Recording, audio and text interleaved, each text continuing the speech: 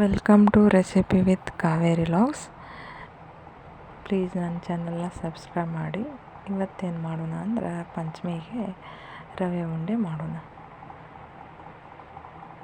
ಮೊದಲ ಎರಡು ಬಟ್ಲ ಬಾಂಬೆ ರವೆ ತೊಗೊಂಡೇನೆ. ಚಿರೋಟಿ ರವೆ ಅಂತೀವಲ್ರಿ, ಅದಕ್ಕೆ 2 ಸ್ಪೂನ್ ತುಪ್ಪ ಹಾಕಿ ಹುರಿಯಕತ್ತೇನೆ ನೋಡ್ರಿ. ಇಲ್ಲಿ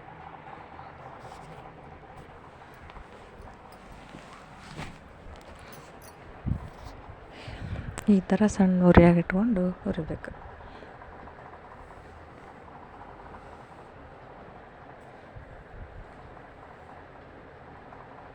ಸ್ವಲ್ಪ ಕೆಂಪಾಗಂಗೆ ಒತ್ತಬಾರ್ದ್ರಿ, ಸಣ್ಣ ಉರಿಯಾಗಿ ಹುರ್ಕೋಬೇಕು.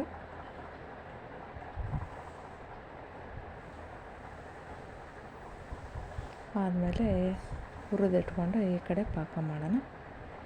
ಅದಕ್ಕೆ ನಾನು 2 ಕಪ್ ತೊಗೊಂಡಿದ್ನಲ್ರಿ ಚಿರೋಟಿ ರವೆನ, ಇದಕ್ಕೆ 1.5 ಕಪ್ ಸಕ್ಕರೆ ತೊಗೊಂಡೆ ನೋಡ್ರಿ. ಅದು ಸ್ವಲ್ಪ ನೀರು ಹಾಕ್ಬೇಕ್ರಿ, ಭಾಳ ಹಾಕ್ಬಾರ್ದು, ಆಣ್ ಬರೋಂಗಿಲ್ಲ. ಅದು ಸಕ್ಕರೆ ಮುಳುಗುವಷ್ಟಾದ್ರೆ ಸಾಕು. ಸಣ್ಣ ಉರಿ ಇಟ್ಕೊಂಡು ತಿರುಗ್ಕೊಂತ ಇರಬೇಕಲ್ಲ, ಇಲ್ಲಾಂದರೆ ಏಕ್ದಮ್ ಗಟ್ಟಿ ಆಗ್ಬಿಡ್ತೈತಿ. ಅದಕ್ಕೆ ಏಲಕ್ಕಿ ಹಾಕಿ ನೋಡ್ರಿ.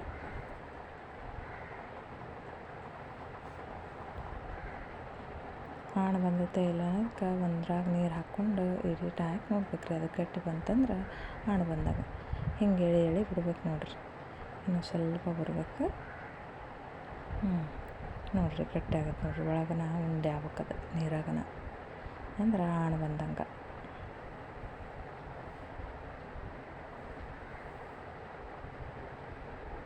ತೋರಿಸ್ಲ ಇನ್ನು ನೋಡ್ರಿ, ಈ ಸರಿ ಚಲೋ ಬಂದೈತಿ. ಗಟ್ಟಿ ಬಂದ್ರೆ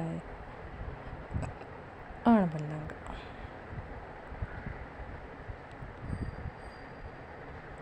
ನಿಮ್ಗೆ ಹಂಗೆ ಗೊತ್ತಲ್ಲ ಅಂದ್ರೆ ಕೈಯಾಗನ ಅಂಟಂಟು ಎಳಿ ಬರ್ಬೇಕು ನೋಡ್ರಿ. ಎಳಿ ಬಂದ್ರೆ ಆಣ್ ಬಂದಂಗೆ.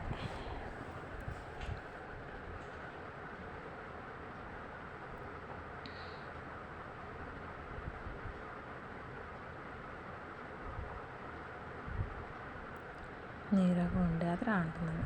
ಈಗ ಆಣ್ ಬಂದೈತಿ. ಹುರಿದಿಟ್ಟಿದ್ವಲ್ಲ ರವನ, ಚಿರೋಟಿ ರವೆ, ಅದನ್ನು ಹಾಕ್ಬೇಕ್ರಿ. ಸ್ವಲ್ಪ ಹಾಕಿ ತಿರುಗ್ಬೇಕ್ರಿ.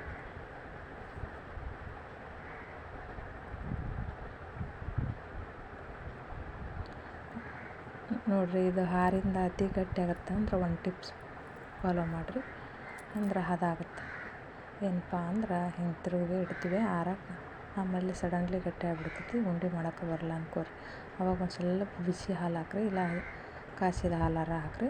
ಈ ಥರ ಆಗುತ್ತೆ ರೀ. ಅವಾಗ ಉಂಡೆ ಕಟ್ಟಕ್ಕೆ ಆಗಿರೋಗುತ್ತೆ ನೋಡ್ರಿ. ನಾನು ಗಟ್ಟಿಯಾಗಿತ್ತು ಒಂದನೇ ಹಾಲು ಇದಕ್ಕೆ ಗೋಡಂಬಿ ದ್ರಾಕ್ಷಿ ಹಾಕ್ಕೋಬೋದು ರೀ, ಕೇರ್ ಬೀಜ, ಬಾದಾಮಿನ ಹಾಕ್ಕೋಬೋದು. 2 ಕಪ್ ರವೆ ಆಪ್ಷನಲ್ಲ, ಮತ್ತು ಒಣ ಕೊಬ್ಬರಿನೂ ಹಾಕ್ಕೋಬೋದು. ನಾವನ್ನೆಲ್ಲ ನಮ್ಗೆ ಬೇಡ ಅಂತೇಳಿ ಹಾಕಿಲ್ರಿ. ನೋಡಿರಿ, ರವೆ ಉಂಡೆ ರೆಡಿ.